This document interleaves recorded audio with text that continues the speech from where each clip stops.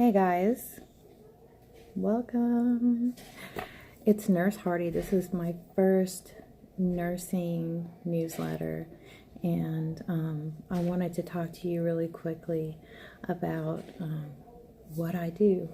And our fearless leader, Miss Short, has said that I can make this a normal thing. So hit subscribe, and you'll get, every time I make a video, which hopefully will be weekly, you'll get an invite to watch, and you'll get more information on health in school and stuff that's applicable, in what we're doing in the school. So, a couple of things about nursing. The first is that incident reporting. We know that the person who witnessed the incident needs to start the report. If that's not possible, I can fill out the report, and I'm more than happy to do that because I can just type it up here on the computer. Not even a big deal. Nurse visit notes. All students sent to the nurse must have a note on the proper form. If they don't have a form, I can't see them. And this applies even for gym, but I do understand that gym teachers have kind of a hard time. So if gym teachers need to send somebody, they probably ought to send a buddy with them, which they usually do. It's fine.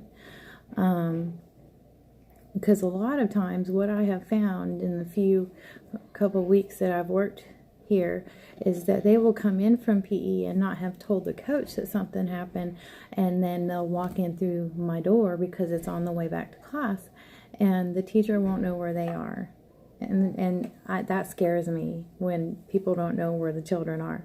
So it's really to ensure that both the teacher and the nurse knows where the student is at all times, and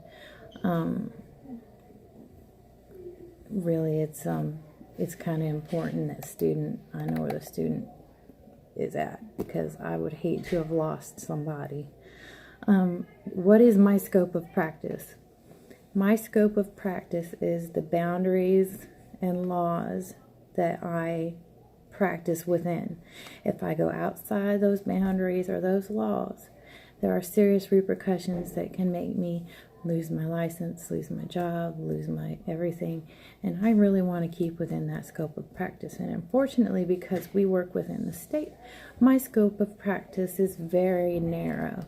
Whereas if you were to work in a hospital that had standing orders and things like that, you would have a big scope of practice, and I could make way more decisions on my own.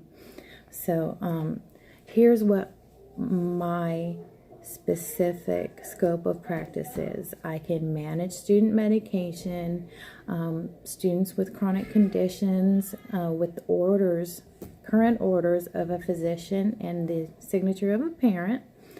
I provide emergency first aid. I ensure the best health and safety of the students at our school as much as I can. I manage all the immunization documentation for every individual student. In fact, we have something due on October 31st for the state that says that I have reviewed and updated all 800 and whatever students there are here at the school, and made sure everything was where it was supposed to be. I manage health screenings like we did with the flu shot stuff.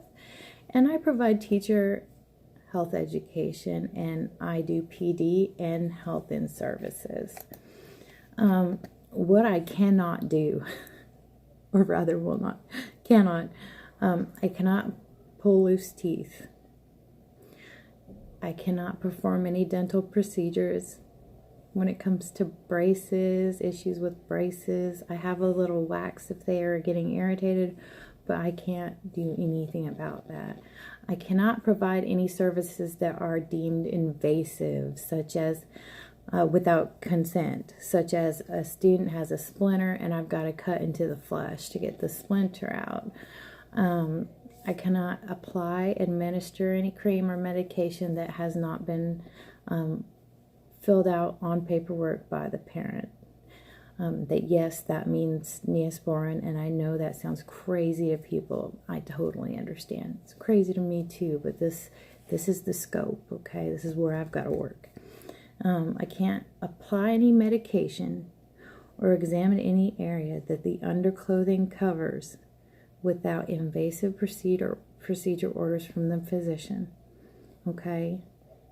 So if a child states that it burns when she urinates, or he, I will not be able to look.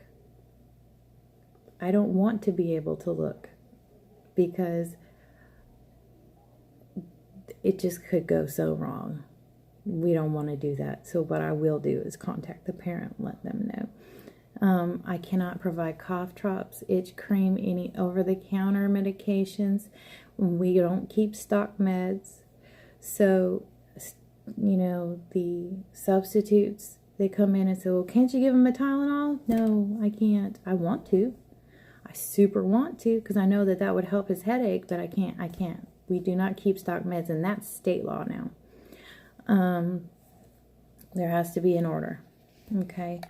And some students are allowed to self-carry things like asthma inhalers, but the proper documentation and parent authorization must be on file in my office. If you see a person carrying medication, let me know and ensure that there's a student that, they're allowed to self-carry. And I know there's one in our school right now. This policy is to avoid sharing or, taking our inhaler out on the bus and puffing it in someone's face or just doing like this. Because I don't know about you all, but a Pro Air inhaler is $60. And some parents are done, hand to mouth anyway, so we want to make sure that they're authorized to do that. No medications, even over-the-counter medications, are allowed on the person without authorization. It basically, the state views it as having drugs at school, okay? This doesn't include the teachers. It doesn't include the teachers. If you need to keep Motrin because you get a bad, it does not include you. But please don't give it to the kids. So who can bring in meds for the students? Even if it is an over-the-counter medication, the medication must be brought into the school in an unopened original package, like they brought it off the shelf. It must be age appropriate. It must be brought by the parent or guardian over the age of 18 and given directly to the nurse, never to the teacher. Prescription medications must have an order from the physician and be signed with approval for administration by a parent. Same rules apply as on the over-the-counter stuff, okay?